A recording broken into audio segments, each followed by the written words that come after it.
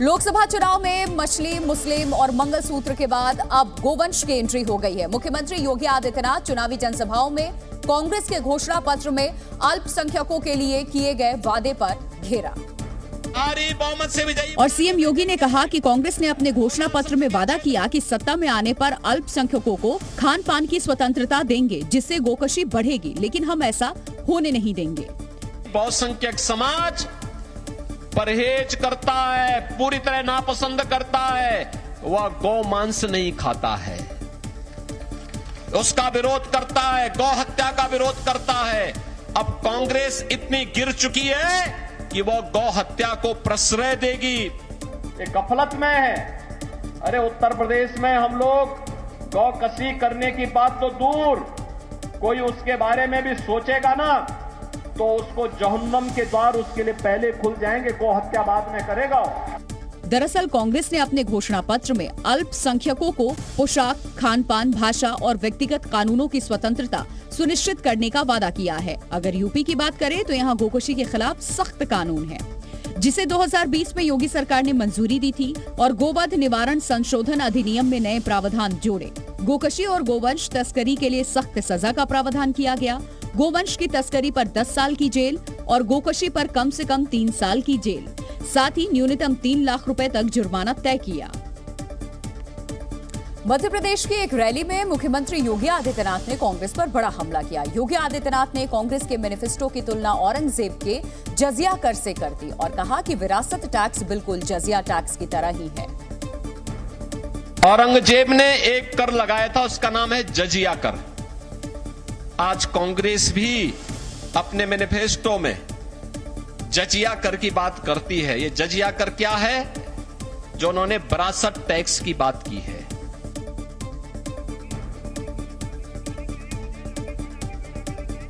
और खबरों में आगे बढ़ते हैं, कुछ और खबरें आप तक हम पहुंचाते हैं। दरअसल इधर सीएम योगी आदित्यनाथ ने यूपी की कानून व्यवस्था दुरुस्त करने को लेकर के कड़ा बयान दिया, तो समाजवादी पार्टी के अध्यक्ष अखिलेश यादव ने उनके बयान पर पलटवार किया। सुनवाते हैं।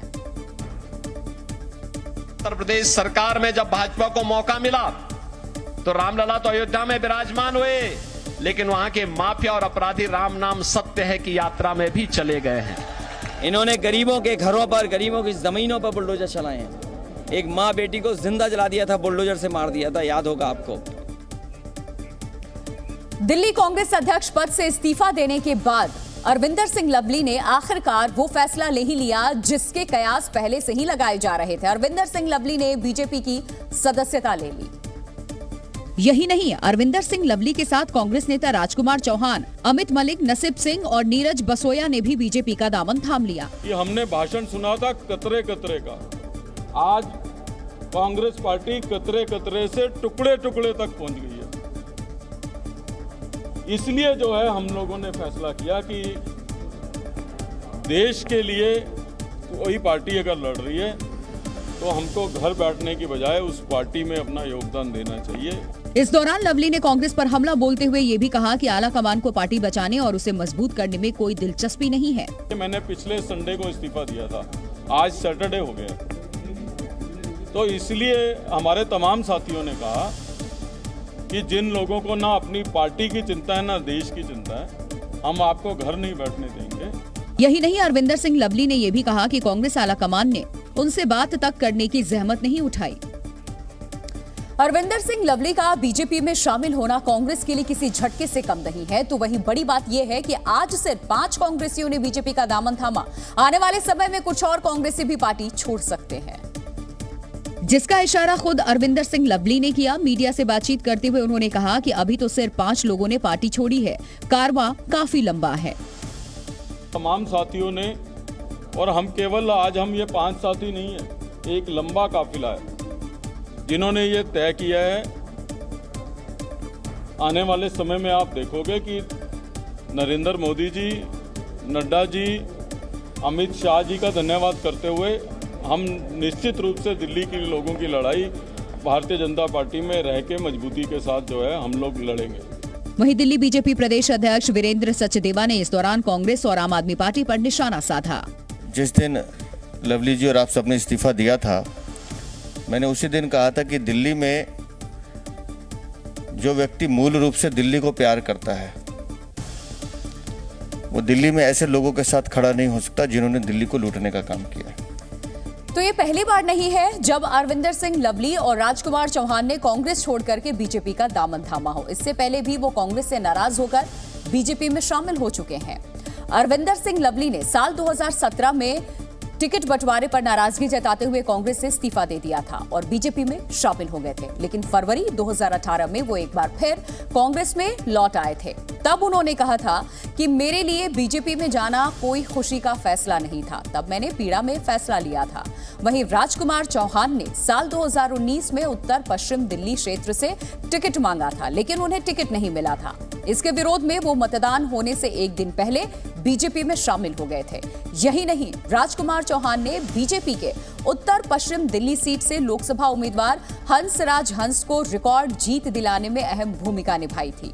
बीजेपी में 8 महीने तक रहने के बाद वो 2020 में विधानसभा चुनाव से 1 महीने पहले वापस कांग्रेस में आ गए थे। दिल्ली, सूरत और इंदौर की तरह पुरी में भी कांग्रेस को बड़ा झटका लगा। ओडिशा की पुरी सीट से कांग्रेस उम्मीदवार सुचारिता मोहंती ने चुनाव लड़ने से इनकार करते हुए टिकट वापस कर दिया और इसके पीछे पार्टी से फंड नहीं मिलने को वजह बताया। सुचारिता मोहंती ने कांग्रेस महासचिव केसी वेणुगोपाल को लिखी ईमेल में इस बात का जिक्र किया कि बिना फंड के वो चुनाव प्रचार करने में असमर्थ हैं, इसलिए वो टिकट लौटा रही हैं। सुचारिता मोहंती ने कहा कि उन्होंने क्राउड फंडिंग की कोशिश की, केंद्रीय नेतृत्व का दरवाजा खटखटाया, लेकिन जब कहीं से पैसों का इंतजाम नहीं हुआ तो उन्होंने चुनाव नहीं लड़ने का फैसला किया।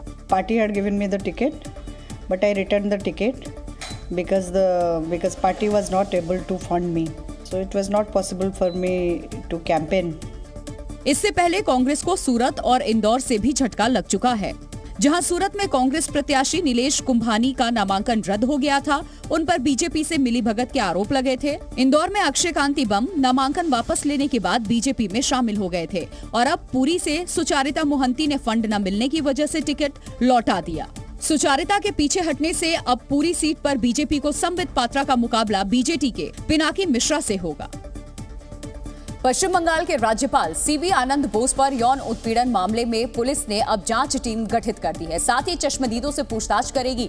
लेकिन इस सब के बीच में संदेश खाली के मुद्दे पर बैकफुट पर आई टीएमसी को बीजेपी को घेरने का मुद्दा मिल गया है।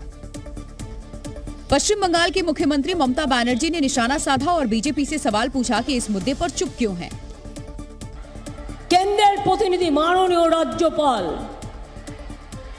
দেখছেন কীর্তি কারখানা রাজভবনের কর্মচারীদের সাথে কি কাণ্ড করছে, মেয়েদের ডেকে নিয়ে গিয়ে মলেস্টেশন করছেন, আর তারপর প্রধানমন্ত্রী তার বাড়িতে রাত্রি যাপন করে চলে গেলেন, যিনি সন্দেশখালি নিয়ে বড় বড় সন্দেশ দেন।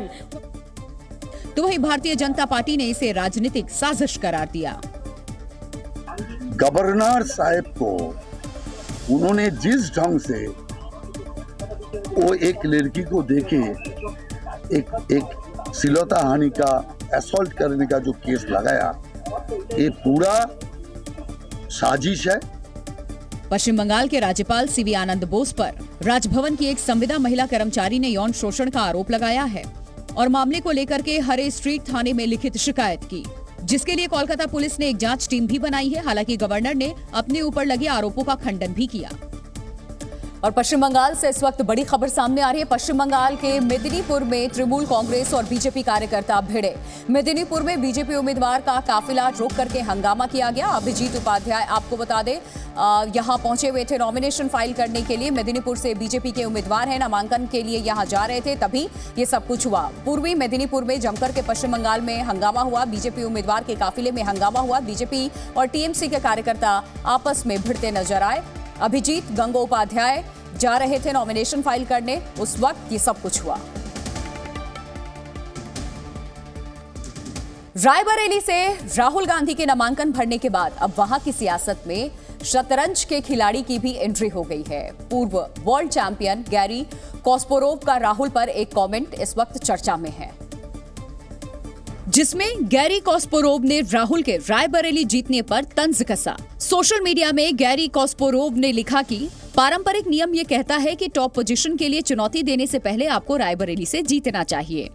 इससे पहले जयराम रमेश ने राहुल गांधी के रायबरेली से चुनाव लड़ने की घोषणा के बाद उन्हें राजनीति और शतरंज का महान खिलाड़ी बताया था। जबकि रणवीर शहरी ने राहुल की न्याय यात्रा के दौरान एक वीडियो पोस्ट किया जिसमें राहुल एक शख्स का फोन गिराते हैं। इसके कैप्शन में कॉस्पोरोव को टैग करते हुए रणवीर ने लिखा था कि क्या गैरी आप इस चाल को संभाल सकते हैं। कॉस्पोरोव का ये कमेंट इन्हीं पोस्ट के बाद आया। वहीं राहुल भी इससे पहले गैरी कॉस्पोरोव को अपना पसंदीदा शतरंज खिलाड़ी बता चुके हैं।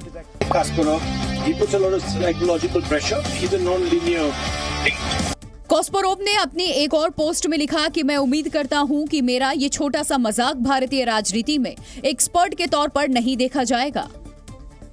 राहुल गांधी के रायबरेली से चुनाव लड़ने पर सियासी बयानबाजी भी जारी है। बीजेपी ने एक बार फिर राहुल गांधी को घेरते हुए दावा किया है कि वो वायनाड के साथ साथ रायबरेली से भी हारेंगे और इससे पहले उन्हें अमेठी में भी हार का सामना करना पड़ा था। बीजेपी नेताओं ने दावा किया कि इस चुनाव के बाद रायबरेली में गांधी परिवार का राजनीतिक करियर खत्म हो जाएगा।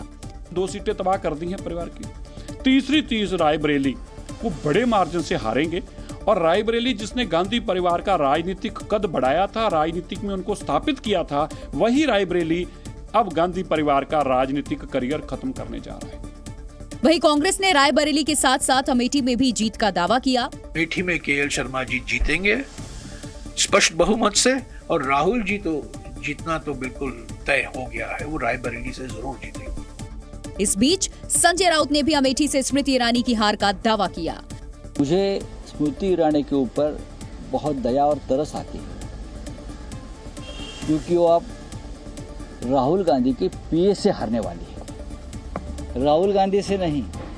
राउत ने अमेठी से कांग्रेस उम्मीदवार केएल शर्मा को जमीनी कार्यकर्ता बताते हुए इसे कांग्रेस का सोच समझकर लिया गया फैसला बताया। पूर्व कांग्रेस नेता प्रमोद कृष्णम ने अब दावा किया है कि 4 जून के बाद कांग्रेस पार्टी 2 धड़ों में बढ़ जाएगी। प्रमोद कृष्णम ने आरोप लगाया कि राहुल के इशारे पर प्रियंका गांधी के खिलाफ साजिश हो रही है, इसीलिए राहुल गांधी रायबरेली से चुनावी मैदान में उतरे और प्रियंका गांधी को अमेठी से भी चुनाव लड़ने नहीं दिया गया। प्रमोद कृष्णम ने दावा किया कि कांग्रेस पार्टी में सारे फैसले राहुल गांधी ही लेते हैं और वो नहीं चाहते कि प्रियंका गांधी को पार्टी में किसी तरह की पावर मिले। प्रमोद कृष्णम ने दावा किया कि इससे कांग्रेस पार्टी 2 धड़ों में बढ़ जाएगी। वो ज्वालामुखी 4 जून के बाद फटेगा। निश्चित रूप से कांग्रेस में 2 फाड़ होगा, कांग्रेस टुकड़े टुकड़े हो जाएगी। एक कांग्रेस होगी कांग्रेस राहुल, कांग्रेस आर, एक कांग्रेस होगी कांग्रेस पी। प्रमोद कृष्णम ने राहुल के रायबरेली से चुनाव लड़ने पर भी तंज कसा।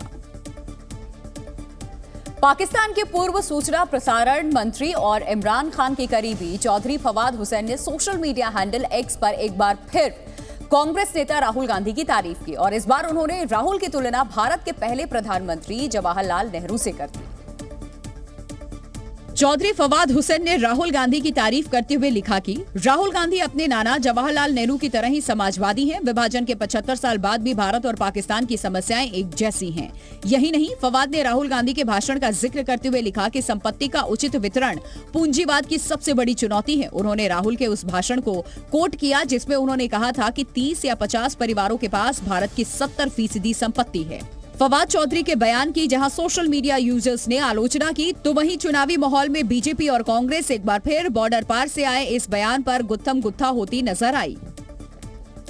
बीजेपी ने फवाद चौधरी के बयान से साहब शब्द को उठाया और कांग्रेस से सवाल पूछा कि वो फवाद के राहुल प्रेम का प्रतिकार क्यों नहीं करती। बीजेपी ने सवाल उठाया कि कांग्रेस ने अब तक फवाद के बयान पर कुछ बोला क्यों नहीं। यही नहीं, बीजेपी ने फवाद चौधरी के जरिए कांग्रेस से पूछा कि वो ऐसे व्यक्ति की बातों का खंडन क्यों नहीं करती जिसने पाकिस्तान की संसद में खड़े होकर पुलवामा हमले की जिम्मेदारी ली थी। कौन सी मोहब्बत की दुकान है जिसमें कि पाकिस्तान का वो व्यक्ति जिसने भारत के पुलवामा के शहीदों का अपमान किया, जिसने खुद खड़े होकर ये जिम्मेदारी ली कि उसने पुलवामा के उन सैनिकों की शहादत के लिए जिम्मेदार है, वो आपको साहब बोल रहा है और अभी तक कांग्रेस पार्टी की तरफ से इसका कोई प्रतिकार नहीं आया। वहीं हाल ही में कांग्रेस का हाथ झटकने वाले आचार्य प्रमोद कृष्णम इस मुद्दे को लेकर राहुल गांधी पर तंज कसते नजर आए। लगता है राहुल गांधी जी को रायबरेली की जगह रावलपिंडी से चुनाव लड़ना चाहिए था, क्योंकि पाकिस्तान में उनकी पॉपुलैरिटी बढ़ रही है, डिमांड बढ़ रही है। दरअसल पाकिस्तानी नेता फवाद चौधरी ने लगातार दूसरी बार राहुल गांधी की तारीफ की और पीएम मोदी की आलोचना की, जिससे बीजेपी को कांग्रेस पर प्रहार करने का मौका मिल गया। उधर फवाद चौधरी के राहुल गांधी पर दिए बयान को लेकर के कांग्रेस ने पलटवार किया। उसने बीजेपी पर उल्टा चोर कोतवाल को डांटे वाली कहावत के जरिए हमला बोला। कांग्रेस नेता राशिद अल्वी ने कहा कि 2015 में पीएम मोदी पाकिस्तान गए थे, राहुल या मनमोहन सिंह नहीं। प्रधानमंत्री के नवाज शरीफ के साथ बहुत अच्छे रिश्ते हैं और इसीलिए ये बयान आया है ताकि इस बयान को हमारे प्रधानमंत्री एक्सप्लॉइट करने की कोशिश कर सके। रिश्ते तो बीजेपी के हैं। कांग्रेस का डॉक्टर मनमोहन सिंह प्रधानमंत्री था, वो तो कभी नहीं गया पाकिस्तान। राहुल गांधी कभी नहीं गए पाकिस्तान। सोनिया गांधी कभी नहीं गई पाकिस्तान। अगर आप भी व्हाट्सएप का इस्तेमाल करते हैं तो ये खबर आपके लिए है। आपको ये जानकर के हैरानी होगी कि महज 3 महीने में व्हाट्सएप ने भारत में 2 करोड़ से ज्यादा अकाउंट बैन कर दिए हैं। व्हाट्सएप के मुताबिक उसने जनवरी में 67,28,000 अकाउंट बैन किए। वहीं फरवरी में ये संख्या 76,28,000 तक पहुंच गई और मार्च में 79,54,000 अकाउंट्स पर बैन लगाया गया। लेकिन सवाल यह है कि इन अकाउंट्स को बैन क्यों किया गया? दरअसल इन अकाउंट्स ने व्हाट्सएप के नियमों का उल्लंघन किया था। इनमें से ज्यादातर अकाउंट्स से स्पैम मैसेज भेजे गए थे। इसके अलावा कई अकाउंट से लोगों ने आपत्तिजनक और धमकी भरे मैसेजेस भेजे। व्हाट्सएप ने साइबर स्कैम के बढ़ते मामलों को रोकने के लिए ये कदम उठाया। लेकिन क्या आप ये जानते हैं कि आपकी छोटी सी गलती आपका व्हाट्सएप अकाउंट बंद करवा सकती है? अगर आप व्हाट्सएप के क्रैक वर्जन का इस्तेमाल करते हैं तो आपका अकाउंट ब्लॉक हो सकता है। कोई यूजर अगर आपके अकाउंट को बार बार ब्लॉक और रिपोर्ट करता है तो भी आपका अकाउंट बंद हो सकता है। अगर आप अपनी कॉन्टेंट लिस्ट से बाहर के लोगों को ढेरों मैसेज करते हैं जो आपके कॉन्टैक्ट लिस्ट में नहीं है तो आपका अकाउंट ब्लॉक किया जा सकता है। इसके अलावा झूठी, गलत और भ्रामक जानकारी भेजने पर भी आपका अकाउंट बैन किया जा सकता है। अब आपको बताते हैं कि आप अपने व्हाट्सएप अकाउंट को कैसे सुरक्षित रख सकते हैं। आप केवल उन्हीं लोगों के साथ चैटिंग करें जिन्हें आप जानते हो। किसी भी मैसेज को फॉरवर्ड करने से पहले खुद से उसे एक बार जरूर आप जांच लें। आपत्तिजनक और भड़काऊ पोस्ट शेयर ना करें। किसी भी तरह के संदिग्ध लिंक पर क्लिक ना करें और टेलीमार्केटिंग और स्पैम के लिए बल्क मैसेज ना करें। और अगर आप कारोबार से जुड़े मैसेज करना ही चाहते हैं तो उसके लिए व्हाट्सएप पर बिजनेस अकाउंट बनाएं। लोकसभा चुनाव के 2 चरण अब पूरे हो चुके हैं। तीसरे चरण के लिए 7 मई को वोट डाले जाने हैं, लेकिन उससे पहले सियासी बयानबाजी तेज हो गई है और इस दौरान असदुद्दीन ओवैसी ने एक विवादास्पद बयान दे दिया। और एक इंटरव्यू में AIMIM अध्यक्ष असदुद्दीन ओवैसी ने देश के मुसलमानों की स्थिति यहूदियों जैसी बता दी। जो भारत में आज जो पोजीशन है मुसलमानों की, वो 1930 के हिटलर के ज़माने में जो यहूदियों से जो हरकतें होती थी वही स्टेज पे हम हैं। वहीं बीजेपी ने ओवैसी के बयान पर कड़ा प्रहार किया और कहा कि 4 जून के बाद सभी जय श्री राम बोलेंगे। 4 जून को 4 बजे 400 पार होने के बाद चाहे ओवैसी हो, चाहे अखिलेश यादव जी हो, चाहे राहुल गांधी जी हो, ये सब जय श्री राम बोलेंगे। वहीं ओवैसी के बयान पर कांग्रेस ने सीधी प्रतिक्रिया दी। कांग्रेस का कहना है कि ओवैसी जो भी बोलते हैं उससे बीजेपी को ही फायदा होता है। हैदराबाद लोकसभा सीट लगातार चर्चा में इस बार बनी हुई है। बीजेपी प्रत्याशी माधवी लता के मैदान में उतरने के बाद मुकाबला और दिलचस्प हो गया। प्रचार के मंच पर बच्चों को लाने के मामले में माधवी लता पर केस दर्ज हुआ तो उन्होंने तेलंगाना सरकार को कटघरे में खड़ा कर दिया और कांग्रेस पर जोरदार हमला बोला। भीड़ में उनको बच्चे दिखे, अरे पहले बच्चों को कोई तो सही सलामत हिफाजत से ऊपर लेके आओ साहब बोलकर ऊपर ला लिए उनको। खत्म होते ही उनके पप्पा को, उनके वालिद साहब को उनको सौंप के चले गए। ये है गृह मंत्री। बच्चों को धूप में अपने बगल में बिठाकर कैंपेनिंग करने वाला राहुल गांधी जैसा नहीं है उन्होंने। दरअसल माधवी लता के लिए प्रचार करने पहुंचे गृह मंत्री के साथ मंच पर कुछ बच्चे नजर आए थे, जिसे लेकर तेलंगाना कांग्रेस ने केस दर्ज कराया था।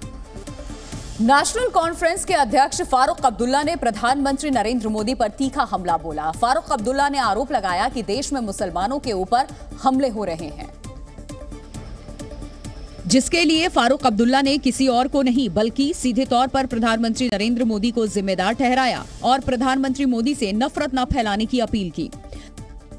जो नफरत उसने फैलाई आजकल, इस नफरत को धक्का दे दीजिए कि भारत बच सके।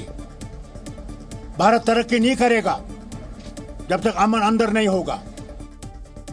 नफरत मिटाने की अपील करते करते फारूक अब्दुल्ला ने पाकिस्तान का भी जिक्र किया और लगे हाथ भारत सरकार से पाकिस्तान से बातचीत शुरू करने की अपील कर डाली। पाकिस्तान से आतंकवाद आ रहा है, कैसे बंद करेंगे? जब तक बातचीत पाकिस्तान से नहीं होगी तब तक ये आतंकवाद मैं आपको लिख के देता हूं, खून से लिख के देता हूं, ये बंद नहीं होगा।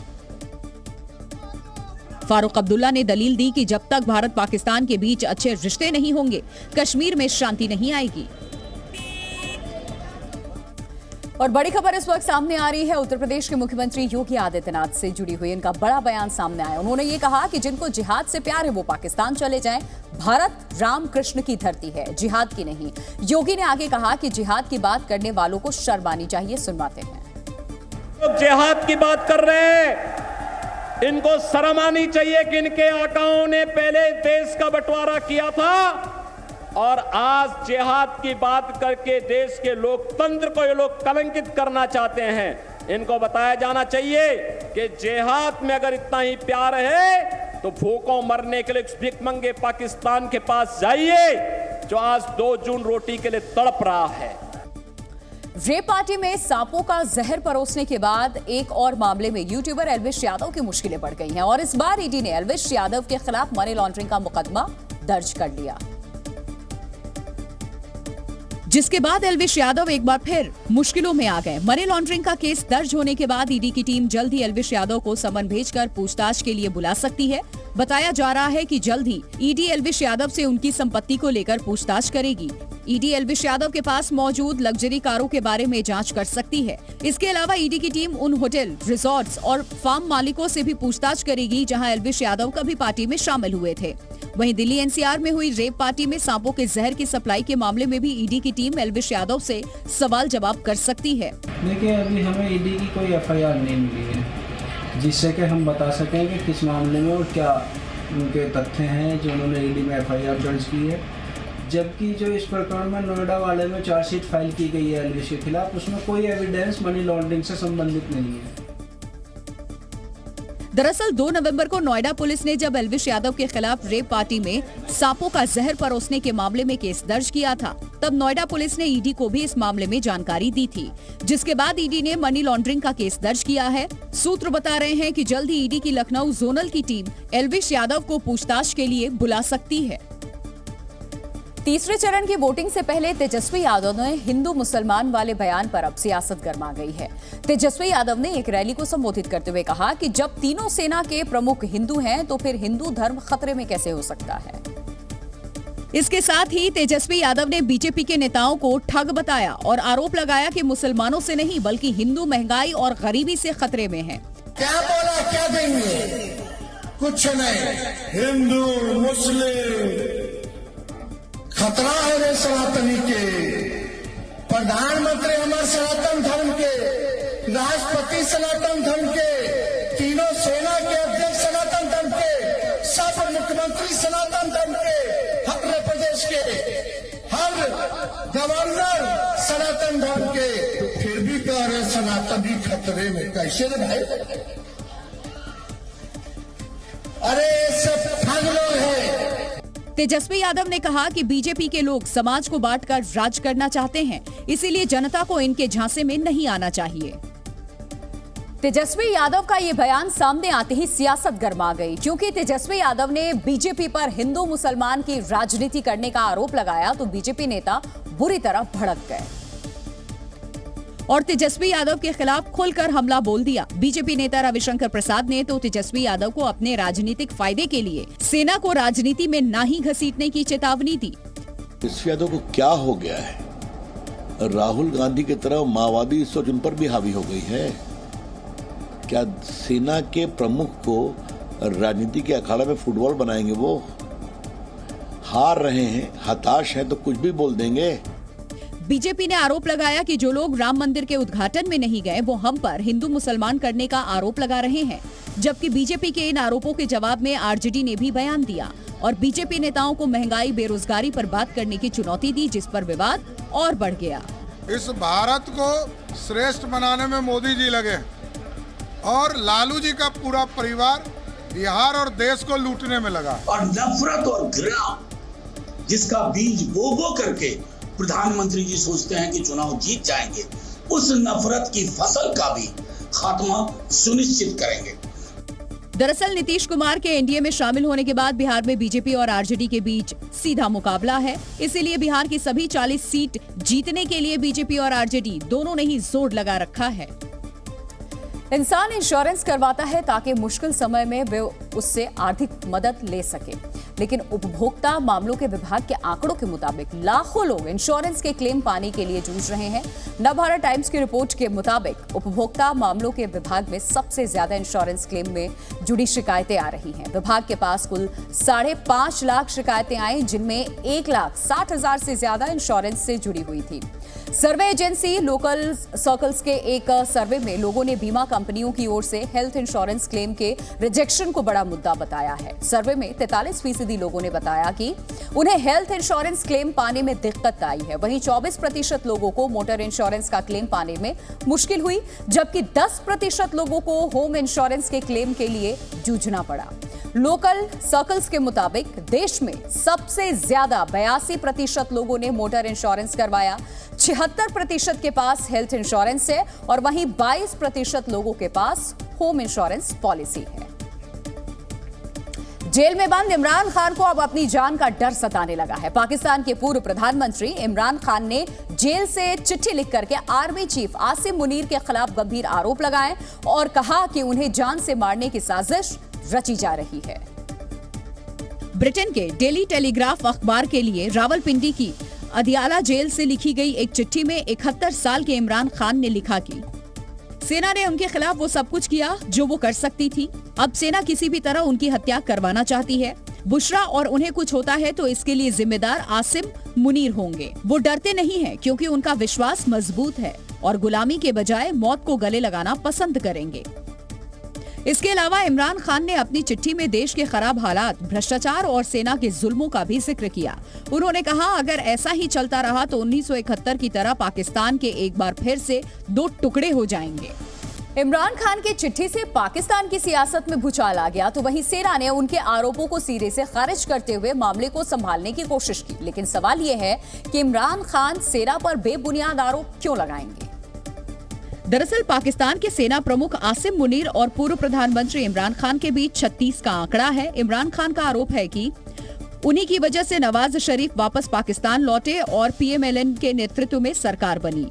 आसिम मुनीर के इशारे पर ही नेशनल असेंबली के चुनाव में धांधली हुई। आसिम मुनीर के इशारे पर ही उनकी पार्टी पीटीआई पर प्रतिबंध लगाया गया और उन्हीं के इशारे पर पीटीआई को सत्ता से बेदखल करने की साजिश रची गई। वहीं पाकिस्तान मामलों के जानकारों का ये भी मानना है कि अपनी और अपनी पत्नी की जान पर खतरा बताकर इमरान अपने पॉलिटिकल करियर को बर्बाद होने से बचाने की कोशिश कर रहे हैं। वो चाहते हैं कि जेल में रहने के बावजूद देश की राजनीति में सक्रिय रहें। वो चाहते हैं कि पाकिस्तान और उसके बाहर उनके नाम की चर्चा होती रहे। इमरान खान चाहते हैं कि देश की जनता की सहानुभूति उनके साथ बनी रहे, लिहाजा वो आए दिन कभी अपनी पत्नी बुशरा बीबी तो कभी अपनी जान को खतरा बता करके सुर्खियां बटोर रहे हैं। ज्यादातर लोग मानते हैं कि परीक्षा में जो नंबर मिलते हैं वो छात्रों की मेहनत के आधार पर मिलते हैं, लेकिन अमेरिका में सरनेम के आधार पर भी छात्रों को कम या ज्यादा नंबर मिल जाते हैं। चौंकाने वाला यह खुलासा मिशिगन यूनिवर्सिटी की एक रिपोर्ट में हुआ है। मिशिगन यूनिवर्सिटी ने अलग अलग विषयों के करीब 3 करोड़ छात्रों के मार्क्स पर एक रिसर्च की है, जिसमें यह पाया गया कि परीक्षा में नंबर कम या ज्यादा मिलने की एक वजह छात्रों का सरनेम भी है। रिपोर्ट के मुताबिक सरनेम का सबसे ज्यादा असर सोशल स्टडीज और ह्यूमैनिटीज जैसे विषयों के मार्क्स पर देखा गया। हालांकि इंजीनियरिंग, मेडिकल और साइंस के विषयों के सरनेम का मार्क्स पर कोई खास असर नहीं पड़ता है। रिसर्च टीम ने पाया कि जिन छात्रों का सरनेम अंग्रेजी के शुरुआती अक्षरों से शुरू होता है उनको दूसरों के मुकाबले थोड़े ज्यादा मार्क्स मिलते हैं। वहीं परीक्षाओं के बारे में हमने जैसा आपको अभी बताया है और परीक्षकों के बारे में यह आकलन है कि कॉपी चेक करते वक्त वो शुरुआती कॉपियों को ज्यादा नंबर देते हैं और जैसे जैसे कॉपी चेकिंग आगे बढ़ती है मार्क्स देने में उनकी कंजूसी बढ़ती जाती है। हालांकि मार्क्स में अंतर बहुत ज्यादा नहीं होता है। रिसर्च में यह भी पाया गया है कि जब परीक्षक किसी कॉपी को दोबारा चेक करते हैं तो उनकी सख्ती और बढ़ जाती है और छोटी मोटी गलतियों पर भी मार्क्स काटने लग जाते हैं। कनाडा ने आतंकी हरदीप सिंह निज्जर की हत्या के मामले में भारत को बदनाम करने के लिए एक नई चाल चली है और इस बार कनाडा ने निज्जर हत्या मामले में भारतीय मूल के 3 लोगों को गिरफ्तार करने का दावा किया है। यही नहीं, मामले की जांच कर रहे कनाडाई अधिकारियों ने दावा किया कि गिरफ्तार किए गए लोग उस कथित गुट के मेंबर हैं जिन्हें पिछले साल भारत सरकार ने निज्जर की हत्या करने का काम सौंपा था। 18 जून 2023 को आतंकी हरदीप सिंह निज्जर की हत्या के मामले में जिन 3 लोगों को गिरफ्तार किया गया वो सब के सब कनाडाई शहर एडमॉन्टन के रहने वाले हैं, जिनमें शामिल हैं 22 साल के करण बराड़, 22 साल के कमलप्रीत सिंह और 28 साल के करणप्रीत सिंह। हालांकि कनाडाई जांच agency integrated homicide investigation team ने ये नहीं बताया कि इन तीनों की गिरफ्तारी किन सबूतों के आधार पर की गई और आतंकी निज्जर की हत्या के पीछे इनका मकसद क्या था। सिर्फ इतना बताया कि आतंकी निज्जर की हत्या में तीनों संदिग्धों ने अलग अलग भूमिका निभाई। कनाडाई पुलिस की चार्जशीट के मुताबिक इनमें से एक पर निज्जर की लोकेशन पता करने की जिम्मेदारी थी, वहीं दूसरा आरोपी ड्राइवर था, जबकि तीसरे ने आतंकी निज्जर पर गोली चलाने का काम किया। दावा तो ये भी किया जा रहा है कि तीनों आरोपियों के लॉरेंस बिश्नोई गैंग से भी संपर्क हैं। ये सभी 2021 में टेम्पररी वीजा लेकर कनाडा गए थे। कनाडाई जांच एजेंसियों के मुताबिक उनकी जांच अभी खत्म नहीं हुई है और इस हत्याकांड में दूसरे लोगों ने भी अहम भूमिका निभाई है, जिनकी तलाश की जा रही है। हालांकि कनाडाई जांच एजेंसी के दावों को वहीं के मंत्री ने ये कहते हुए खारिज कर दिया कि आतंकी हरदीप सिंह निज्जर की हत्या में भारत का हाथ होने के कोई सबूत नहीं मिले हैं। दरअसल इस मामले में 3 आरोपियों की गिरफ्तारी के बाद कनाडा के पब्लिक सेफ्टी मिनिस्टर डोमिनिक लेब्लॉन्ग से निज्जर हत्या केस में सवाल पूछे गए तो उन्होंने कहा कि मुझे कनाडा की सुरक्षा व्यवस्था और पुलिस पर पूरा भरोसा है। पुलिस ने निज्जर हत्या केस को काफी गंभीरता से लिया है। इसके भारत से लिंक होने या न होने का जवाब पुलिस बेहतर तरह से दे पाएगी। गौरतलब